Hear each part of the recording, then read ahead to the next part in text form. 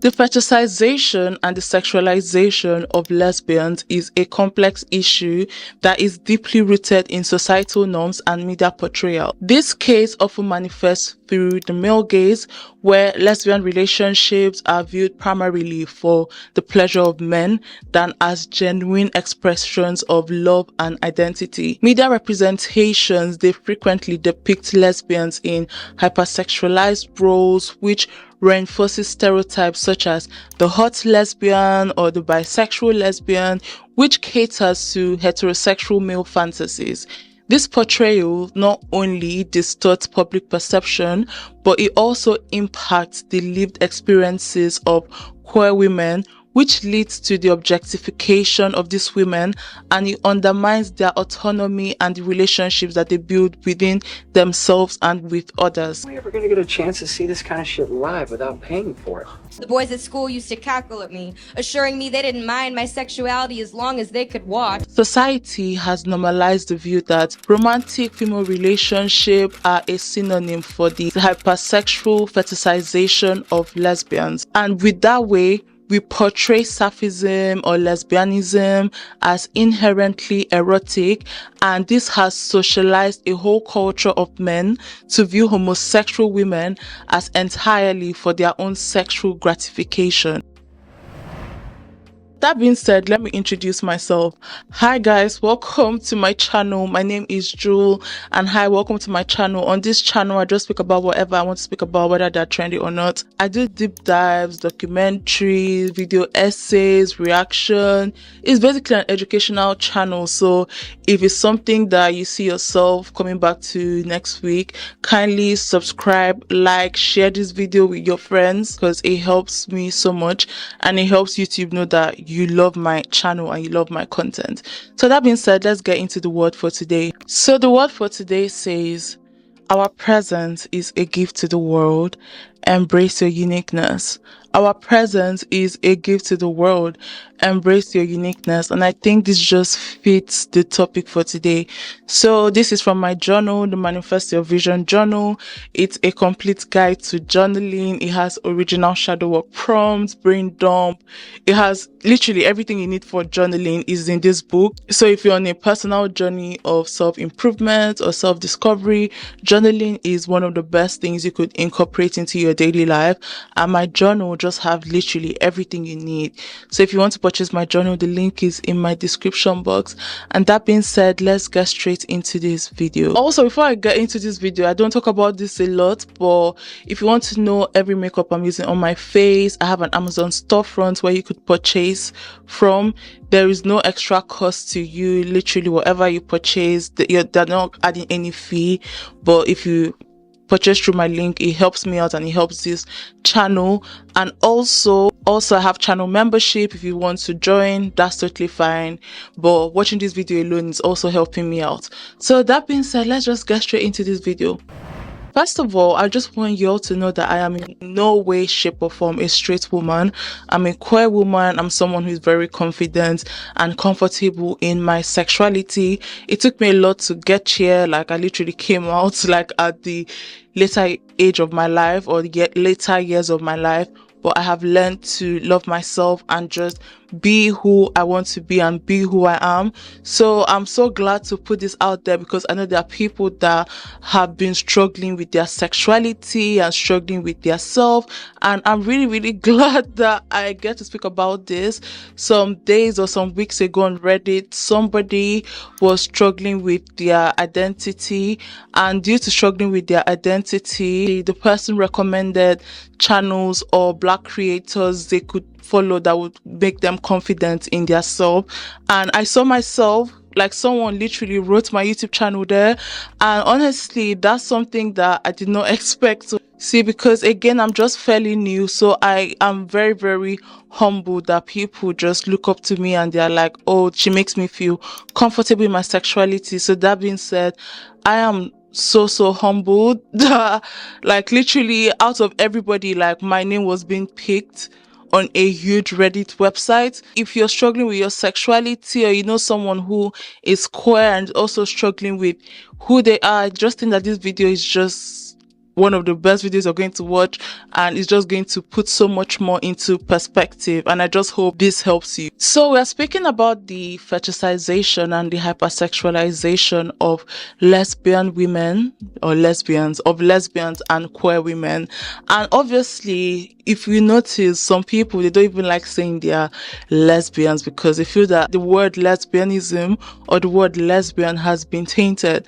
I remember when I came out to my dad and it was like, Joel, before I even came out to my dad, I think he had an inkling and he called me and was like, are you a lesbian? Lesbian should not be something that should take you aback, but because of how tainted that name has been, so many people, they decide to go with other words like gay or queer, etc. Why are you gay? Who says I'm gay? You are gay. First of all, I just want to tell you guys that it's not your fault that you don't like being identified as a lesbian or you don't like the name lesbianism because of how tainted it has been and how much it has been portrayed in a negative light in the media. First of all, the fascinations with lesbians can be traced back to how people have historically viewed female sexuality. In so many societies, women's desires and experiences, they were often overlooked or they were not taken seriously, especially compared to men's desires or men's sexuality. So when lesbians' relationships were recognized, they were often misunderstood or they were not seen as important than heterosexual ones. This lack of understanding has led to lesbianism being seen as something unusual or exotic, and it became objectified and sexualized by people outside of the lesbian community. For a long time, people, especially men, didn't really understand lesbian relationship. They just thought that women's sexuality was less important than men's sexuality. I mean, women were at the bottom barrel of everything in the society. No matter how much women work hard for things, it just takes us so long to just be recognized than men. And this led to some very weird ideas about lesbians. First of all, let's talk about the male gaze. The concept of male gaze was introduced by a feminist film theorist called Laura Mulvey in 1975. This is very crucial to understanding how lesbian relationships has been sexualized. The male gaze describes how women are often depicted in visual art and in literature from a masculine or a heterosexual point of view or a heterosexual perspective. Let me tell you something, this is not only about heterosexual men, even heterosexual women too. They would be in one toxic relationship with a man and they'll be like, I'm going to start dating women because men are pissing me off. But some people just think that lesbian women are seen as toys, people you could have your rebound with, and then when you're all done and everything, you now go back to sleeping with men. So this perspective objectifies women, presenting them as passive subjects for male pleasure. When applied to lesbian relationships, the male gaze transforms these relationships into spectacles designed to titillate rather than represent genuine emotional connection. Does that make sense? So basically, people see women or lesbians as people who do not genuinely love women. They see it as a phase. So even when this is being presented to men, the male gaze just transforms these relationships into spectacles that are designed to objectify or sexualize these women rather than represent the fact that women, especially queer women, have genuine emotional connection. So from the male gaze perspective, lesbian women are often objectified because that's literally how they see lesbian women, for their own pleasure. And boy, I can't wait to go down and talk more into this. So let's break this down into centuries, shall we? So to understand the current state of lesbian fetishization, we need to take a look back at history. We need to go down the path of history. Well, when you go to history, let's go into history. Don't just go to your history, let's go to the history. First of all, let's talk about the ancient times to the medieval time. In many ancient cultures, same-sex relationships between women were either ignored or they were not taken seriously. And some societies like ancient Greece focus more on homosexuality, often overlooking female same-sex relationships. During the Middle Ages in Europe, The Catholic Church's influence led to the suppression of all non-heterosexual relationships, but lesbianism was often less persecuted than male homosexuality, partly because it was never seen as real sex. So now let's go down to the 18th and the 19th century. So the concept of romantic friendship between women, at this point it was somewhat accepted as it wasn't seen as a threat to marriage. However, as medical and psychological fields developed, same-sex attraction began to be pathologized. What I mean is that during this time between the 18th and 19th century, the idea or people who were in same-sex relationship, even though at first it was somewhat accepted, especially between women, and it wasn't seen as a threat to marriage, during this time, as medical and psychological fields started developing, people who were in same-sex relationships, like lesbian or gay people, they were often seen as people who had mental illness. Not me, my research, literally. So basically, this is where they did conversion therapy and things like that, because if you love the same sex, you were seen as someone who had mental illness. And the term lesbian started to be used more widely, but it was used in a negative context. So if you can remember when I spoke to you earlier, I spoke about how till now, even though we were not born in the 18th or 19th centuries, our parents or our grandparents have often use the term lesbianism in a negative context or in negative connotations. So if you're being called like a lesbian off guard, like you're like, oh my god, take it easy, because we were not conditioned to see that as a positive word or see that in a positive light. Does that make sense? So now let's go down to the 20th century. The early 20th century saw more visibility for lesbians, but it was often sensationalized. This is where pulp fiction comes in. So pulp fiction novels that were created like around the 1950s and the 1960s, then they often portrayed lesbians as either being tragic figures or objects of titillation. So the sexual revolution of the 1960s and the 1970s just brought more openness about sexuality.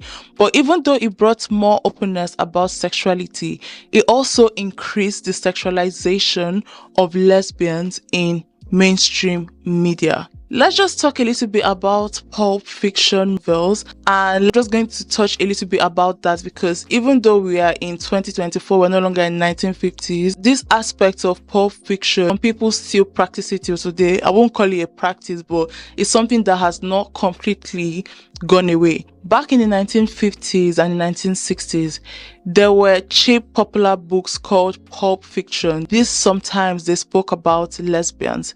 These books, they usually showed lesbians in two main ways. Number one, lesbians were being shown as people who were sad or doomed.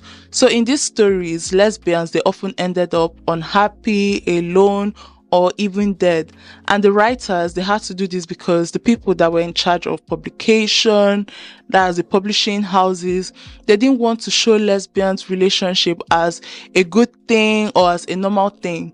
And the second way that lesbians were being portrayed was either as sexy objects for men to look at. Basically, some books tried to make money by making lesbian relationships seem exciting or naughty, especially to male readers. So this is where the male gaze comes in again. They weren't really about real lesbian experiences. So being a lesbian to men was seen as a fantasy. It was not seen as real. These women were not seen as real people. It was not seen as people who had emotions. Instead, it was seen as a fantasy or something exciting for men, and it often did not depict the real lesbian experiences. I'm not going to lie, even before coming out, before being open to myself, I by myself, I actually thought that this was what it was all about. I didn't know that there was a whole different layer of being a lesbian. You have feelings like every other person. You love as deep as every other heterosexual person. But when it comes to the male gaze or from a heterosexual point of view, they just see it as a phase or you just having fun. They don't think that you really love this person. They don't think that you're really in love with this person. Some of the books that did this sort of pulp fiction, especially in the 1950s, where the first one, this was very, very common and very popular around that time.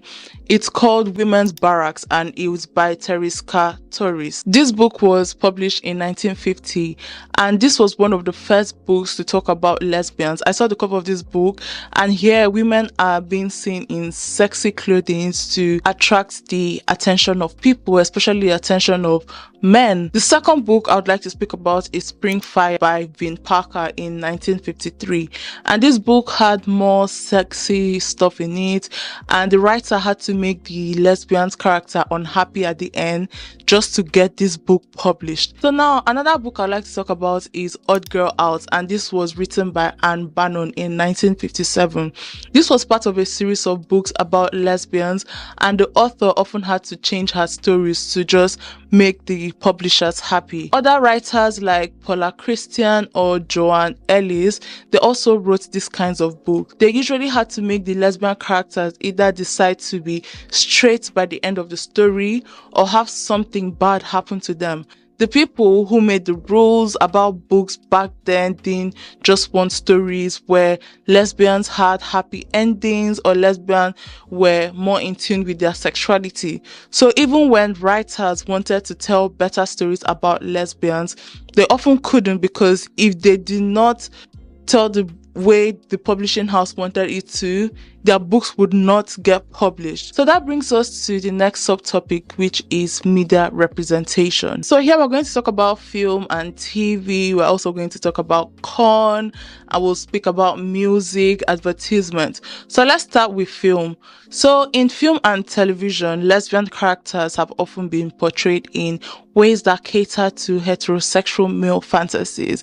Movies like Wild Things in 1998 and Basic Instincts in 1992 feature scenes that depict lesbians' interaction, primarily for their shock value or their erotic appeal. This portrayal reinforces the stereotypes of the hot lesbians, where physical attraction is emphasized over emotional depth or authenticity. Television has also contributed to this trend.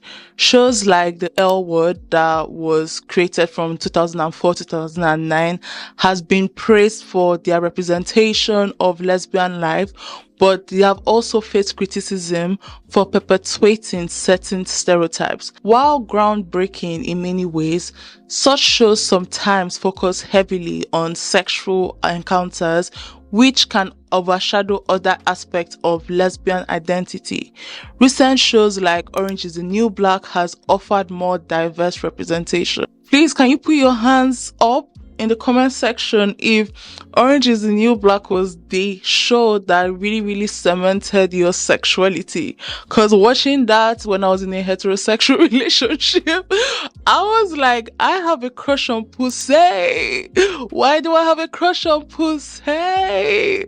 Like, I was like, yeah, that was when I knew, yeah, like women really made me weak, and that's when I knew that I really loved women. Oh my god. Anyways, in simple terms, movies and TV shows just often show lesbians in a way that's more about turning people on than showing real relationship. Think about those steamy scenes in movies that seem to be there just to get attention, or think about TV shows that focus more on sex than on the characters' real lives and feelings. So when it comes to movies and TV roles and how they show lesbians, movies and TV roles, they often show lesbians in ways that aren't real. So we have number one, the hot lesbian. So the hot lesbian, she's always seen as super attractive and feminine, and usually there is a turn on male characters or heterosexual viewers. Then in movies and TV shows that want to depict how lesbians or queer women are being shown, we have the experimental girl. With the experimental girl, she's usually straight, but she kisses a girl for attention or because she's curious. And then we have the predatory lesbian. The predatory lesbian, she is aggressive and she tries to turn straight women gay. which even till now is what is really happening. And these types, they do not show the real diversity of lesbian women. They make it seem like all lesbians look and act a certain way, which isn't true at all. So now let's talk about the big problem with corn. When I say corn, I hope you guys know what I'm trying to say, because you know my Mia Khalifa video, I'm not earning any money from that video, and it hurts me so bad because the views are going up, but literally I am earning nothing from that video because YouTube has a huge problem with corn. So I'm going to say corn instead of the real thing. So I'm not here to judge. If you watch corn, I'm not here to judge. Whatever makes you sleep well at night, I am not here to judge. Do your thing, as far as you're not harming anybody. So the cornographic industry, I'm gonna say corn. Oh my god. So the cornographic industry has played a very significant role when it comes to fetishizing lesbians. Based on my research, I found out that lesbian scenes are among the most popular categories in homosexual cornography, yet they are often created without input from actual lesbians. I did not know that. These portrayals, they tend to focus on exaggerated performances that cater to male fantasies rather than realistic depiction of lesbian intimacy. Corn has a huge role in how people see lesbians. Lesbian is often the most searched term on corn sites. I didn't know that. So my file got corrupted and I'm here doing a voiceover. This is not going to be long. So like I had earlier said, lesbian, or the word lesbian, is often the most searched term on corn sites. Most lesbian corn is made for straight men, not actual lesbian, and it shows unrealistic situations and body types. Real lesbian sex and relationships are nothing like what's in corn. For example, scissoring is definitely not as straightforward as it is on this website. Like, what the actual fuck? It isn't. It is not. And this gives people, especially men, the wrong idea about what lesbian relationship is really like. Next is advertising. Ads often use the idea of lesbian relationships to grab attention, especially for products that are aimed at men. This full lesbianism in ads just reinforces the idea that lesbian affection is for the enjoyment of men. And then we have the music industry. Some pop stars, they've used lesbian imagery in music videos to seem edgy or provocative. Songs like Katy Perry's I Kissed a Girl, it just trivializes the experiences that lesbians have. And that reminds me, 2 days ago, I watched a video of someone singing the same song, but from the girl's perspective. It was sad to listen to. I'm going to link it down below if you want to watch it. Or if it's not copyrighted, then it's going to play after this. If not, it's down below. I kissed a girl, but from the other girl's perspective. I know you forgot my name. My feelings don't matter. I'm your experimental game. Just human nature. If it's not what good girls do, and not how we should behave, that's why I'm so confused. 'Cause I'm actually gay. You kissed a girl and you liked it. The taste of my cherry chapstick. You kissed me just to try it. I'm sure your boyfriend won't mind it. Your party trick, it was a hit. You used me for attention. For you, this was just all fun and games. But I'm actually gay.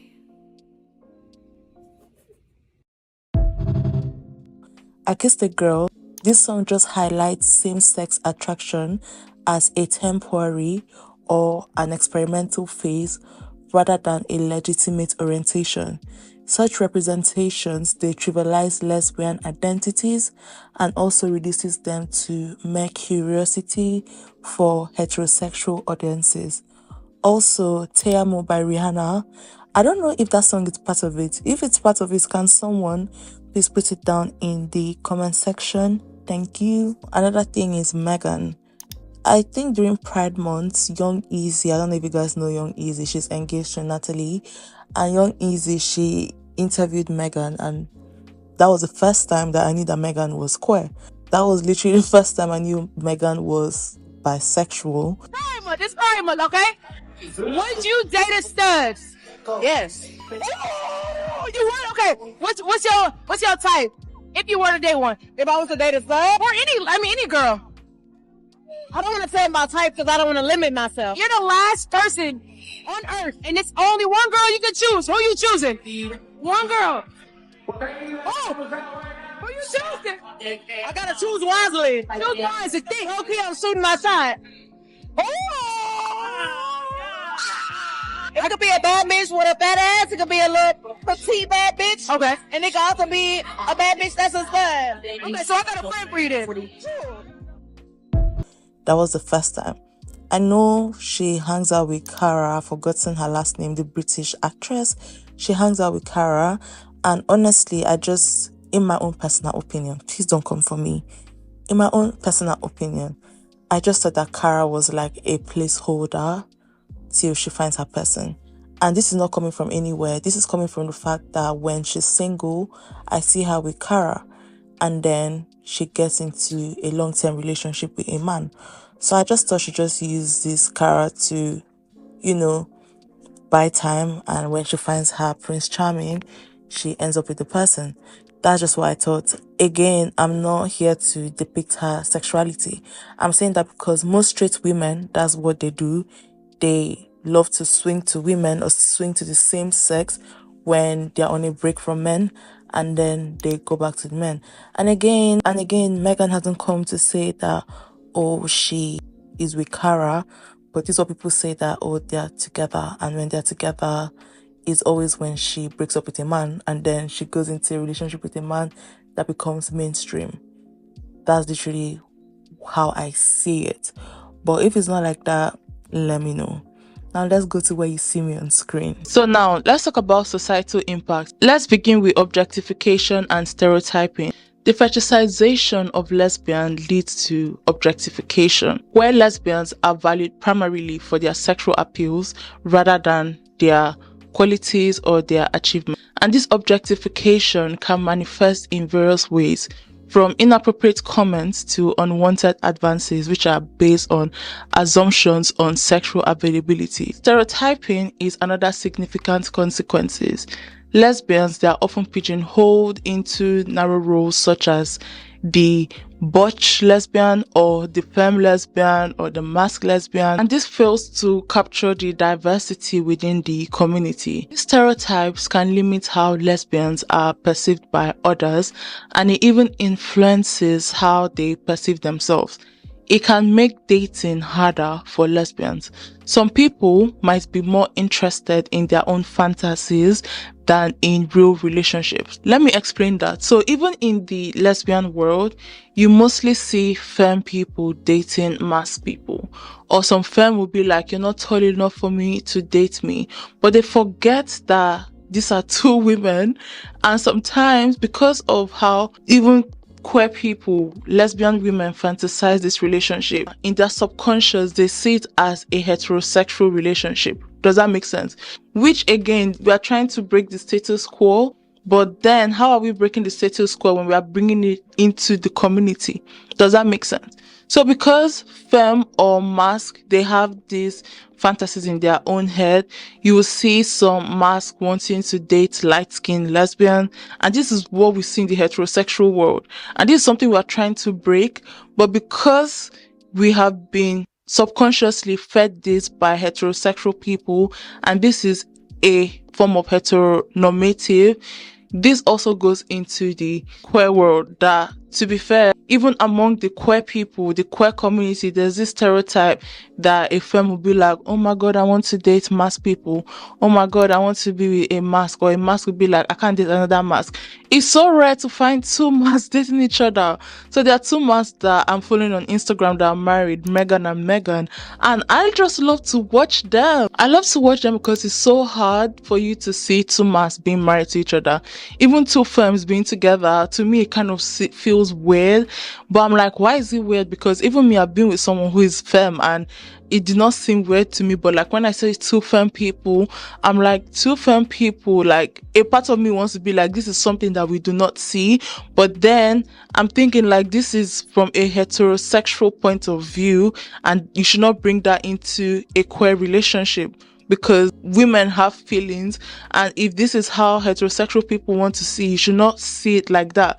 You also see a form where if two people are in a relationship, one is masked, one is femme, they'll be like, so this is the man of the relationship. No, and it's mostly men that say that. They'll be like, so this is the man of the relationship. No, stupid. There's nothing like this is the man of the relationship. Basically, these are two queer women that are in love with each other. There is no man of the relationship. As far as there are two women, the fact that one presents more masculine doesn't mean she's a man of the relationship. The feminine could even have more masculine power than the masc themselves, but this cannot be, this is the man of the relationship. And these are heteronormative things that are being brought into queer relationship. Now let's talk about the impact on relationship. Fetishization can also affect interpersonal relationships. Lesbians, they may encounter partners who are more interested in fulfilling fantasies than engaging in genuine emotional connections. Additionally, bisexual women who date men may face skepticism about their attractions to women, with some partners viewing their bisexuality as an opportunity for threesome rather than an integral part of their identity. I mean, a sorry-ass stupid black man fantasized him having sex with me, another woman, and I did not find that funny. I reported him to his son's mother, and I'm not the one to play with. But back to the bisexual story, I want to say that even me, as someone who is against the patriarchy or things like that, even me sometimes when people are like, I'm bisexual and then they end up with a man, I'm like, so when I was getting to know myself, I used to be so confused. I used to be like, so if you're bisexual and you're attracted to a woman and you're married to a man, how does that work? But when you think about it, even straight people, the fact that you're married to someone does not mean that you see another person and you're not attracted to them. Does that make sense? So even when I was coming in terms of my sexuality, I was like, okay, this is it. I could be married to a man, but I'm also attracted to a woman. It does not mean I'm going to act on that. Does that make sense? Anyway, this way of thinking can make dating harder for lesbians. And some people might be more interested in their own fantasies than in real relationship. It can even make some lesbians feel bad about themselves. Now let's talk about internalized issues and mental health. If you notice, more queer people are prone. I don't know who I was telling this yesterday. I think I was telling my friend yesterday that if you notice, more queer people are people that are mostly depressed. Because again, it boils down to, apart from whatever thing that goes on, the society plays a role to how much mental health impacts queer people. For some lesbians, constant exposure to fetishized representation can lead to internalized homophobia or self-objectification. They may struggle to accept their identity if they feel pressure to conform to unrealistic standards that are set by media portrayals. Constant objectification can lead to lower self-esteem and also increased anxiety. Some lesbians may internalize their sexualized expectation, which in turn affects their self-image. The pressure to conform to certain sexy stereotypes can be mentally exhausting. Now let's talk about the impact on real lives. The fetishization of lesbian isn't just a media problem. it affects real people. Lesbians often face inappropriate questions or comments about their sex lives. Some men, they view lesbian couples as a challenge or an invitation, and I am someone who has experienced this firsthand. I've had someone tell me that they would rather prefer their daughters to be lesbians than their sons to be gay, and they're like, when I think about lesbians, to me it's like fantasy because I just want to be in the middle of that. Like, I've had people, like straight men, tell me that, and I just get so disgusted. Public display of affection also attracts unwanted attention or harassment. I've been in a situation where if you're working with your partner, you can't hold hands because you're just scared that you'll get jumped on or somebody's going to harass you, and it can even be harder to just form genuine connections when potential partners have unrealistic expectations. Some lesbians may feel pressure to perform or look a certain way to be seen as authentic. Bisexual women often face skepticism or fetishization from both straight and gay communities. In a professional setting, lesbians, they may face discrimination or they may not be taken seriously in their careers. There is sometimes an expectation to either hide their sexuality or play into stereotypes. I mean, there was a time I was working in 2021 and my deputy manager, she was gay and she was married to the team lead. And then I was working with African aunties and they were always like mocking their sexuality. And 2021 was a time that I had just really come out.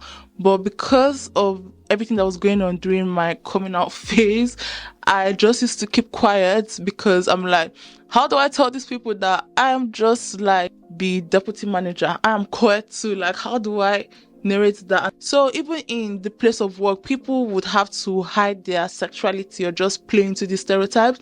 And I was there. I did not play into the stereotypes. I was not homophobic. I could say that with my chest. I wasn't homophobic.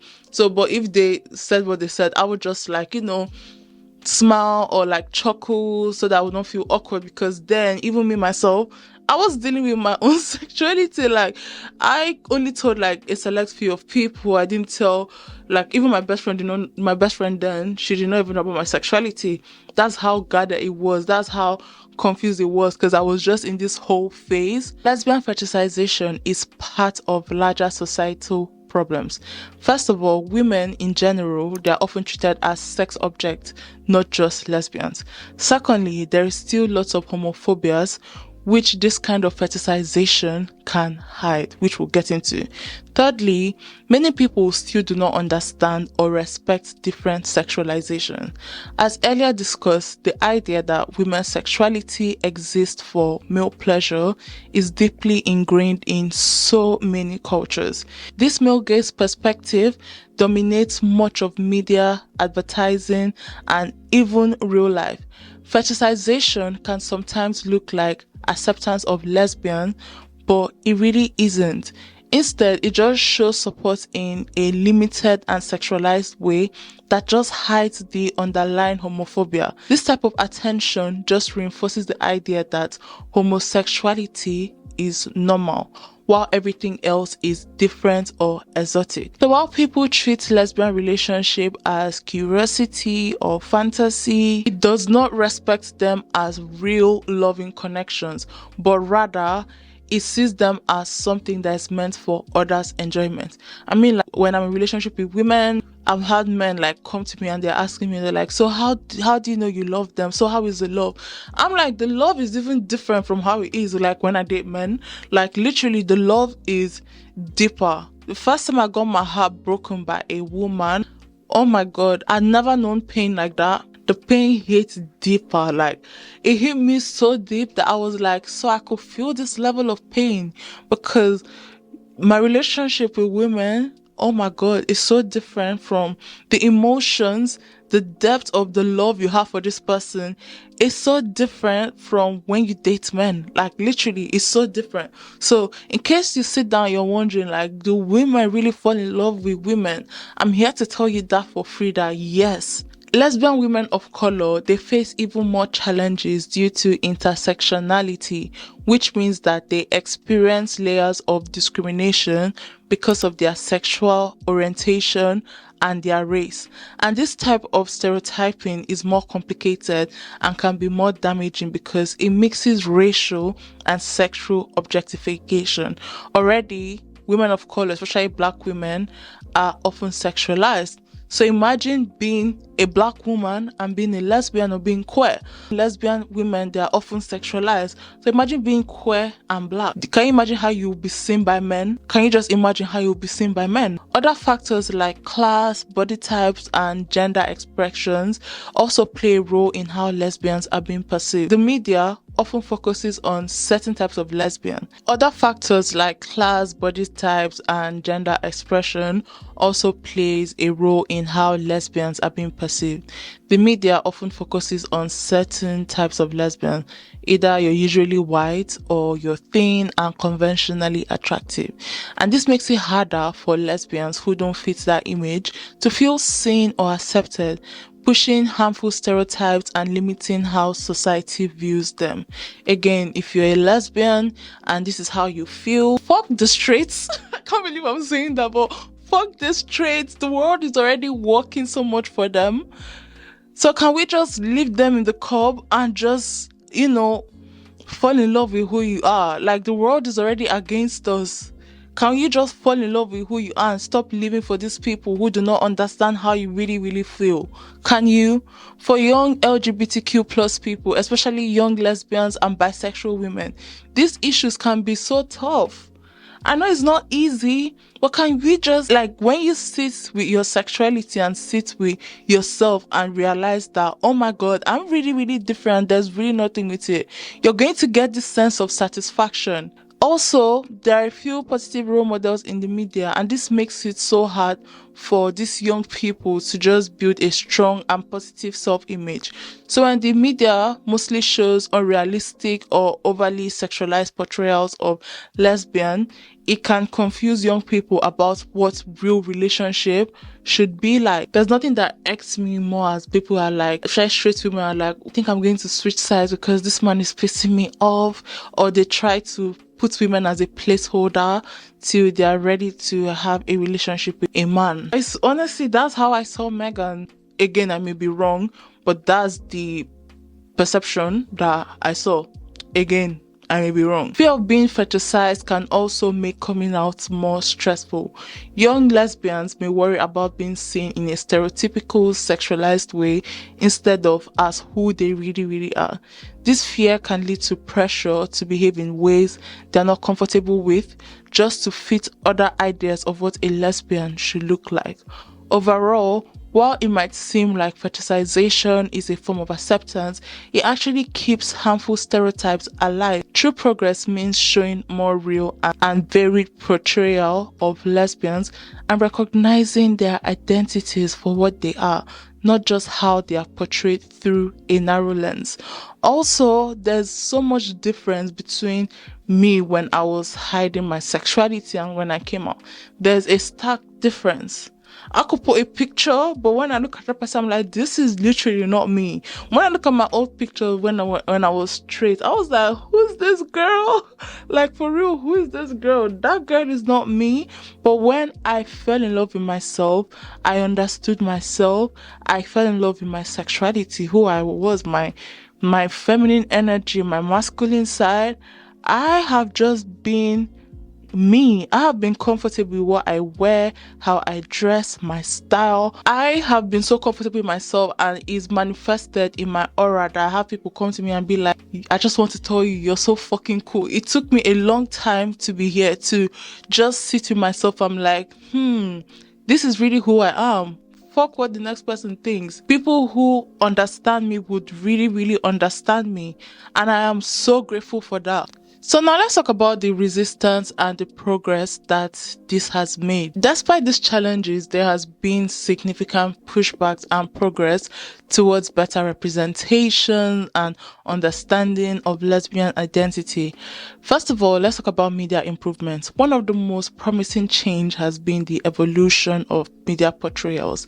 There are now more diverse and realistic lesbian characters that appear in TV shows and movies, and And these characters are written with more depth and more authenticity, moving beyond stereotypes, and also provides richer stories that resonate with real experiences. For example, shows like The Gentleman Jack, it has highlighted lesbian historical figures, which offers insights into their lives and the struggle that they face. Additionally, independent films and medias created by queer people themselves just provides alternatives to mainstream depiction, which gives audiences a broader range of stories that reflects different backgrounds and experiences. During the summer, I went to an open cinema with my friend Maya, and we watched, I can't remember the name of the movie. So good. We went to the Barbican. I can't remember the name of the movie. I'm going to put it here when I remember. So basically, like, we watched the movie and I was like so proud to be gay. I was proud to be queer. I'm so proud of my sexuality. I don't want to be straight. No, imagine I was straight. Nah, I'm so proud of my sexuality. Like, I wear on my sleeve. It's taking people so long to accept themselves for who they are because of how lesbians are being portrayed in the society.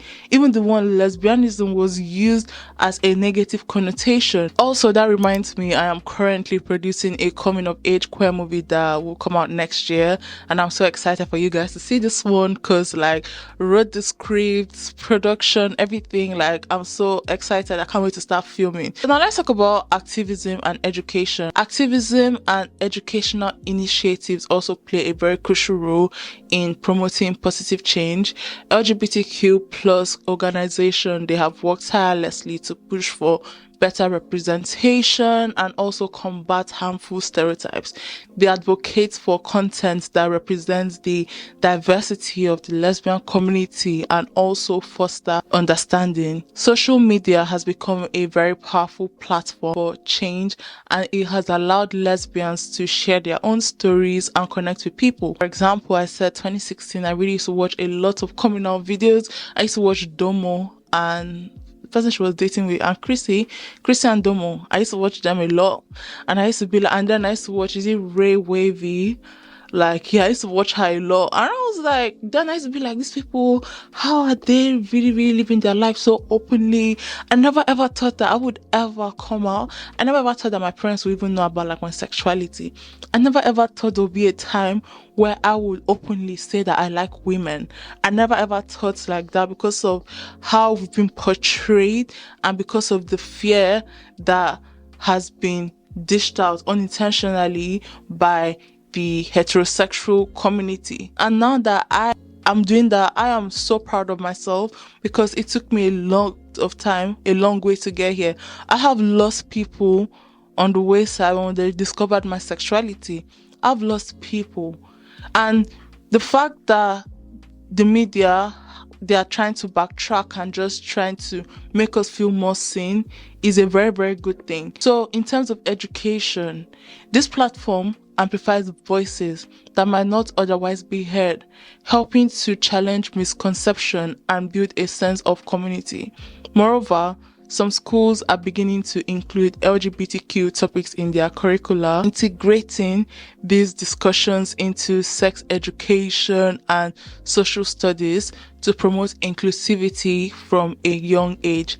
And no, teaching LGBTQ plus related topics in school will not make your child gay. I went to a private Christian primary, secondary, and university school, and I was never ever taught about homosexuality in any of these schools. Fuck it, I didn't even have friends. Like, I did not actively see people who were in heterosexual relationship, but yet women make me weak in a good way. So now let's talk about the cultural shift that has also happened when it comes to the progression that we are seeing in the society. Cultural attitudes are also shifting as more people recognize the harm that are being caused by objectification and fetishization. there is a growing awareness about the negative impact of viewing lesbian identity through a narrow and sexualized lens. This understanding is reinforced as more straight people or more straight allies just speak out against stereotypes and discrimination, using their voices to support and advocate for the lesbian community. These allies, they help to amplify calls for respect and equality, contributing to a broader societal shift that acknowledges and celebrates diversity. Overall, while challenges remain, there has been clear progress. Through improved media representation, advocacy efforts, and cultural changes, society is gradually moving forward a more accurate and respectful understanding of lesbian identities. Despite all that has been said and done, what still needs to be changed? Despite this notable progress, there is still significant work to be done to create a more inclusive and respectful environment for lesbians. One major area for improvement is representation. There is a need for more diverse portrayals that reflect different races, body types, ages, and gender expressions. This variety can help dismantle stereotypes and show the richness and the complexity of the lesbian community. That is why I love going for Black Pride. The first time I went for Black Pride, I was so surprised to see so many types of lesbians, because I don't see so many types of lesbians, especially in the media. So when you go for all these pride events, especially Black Pride, I saw so many different types of queer people that was like, you really do exist. So that's why I really love going for events, especially like Black Pride. I really love going for Black Pride because I just see so many people that I do not see in every day. That's why this community is so good. This variety can help dismantle stereotypes and just show the richness and complexity of the lesbian community. Representation that goes beyond the narrow mainstream image just helps to humanize and normalize lesbians in the eyes of the broader public. Better education about LGBTQ issues in school and workplace is also very essential. Comprehensive, inclusive education can challenge misconception early on and create safer, more supportive spaces. This can also foster understanding and empathy by helping to break down barriers that often lead to prejudice and discrimination. Additionally, there needs to be continued pushback against the use of lesbian imagery for male consumption in advertising and media.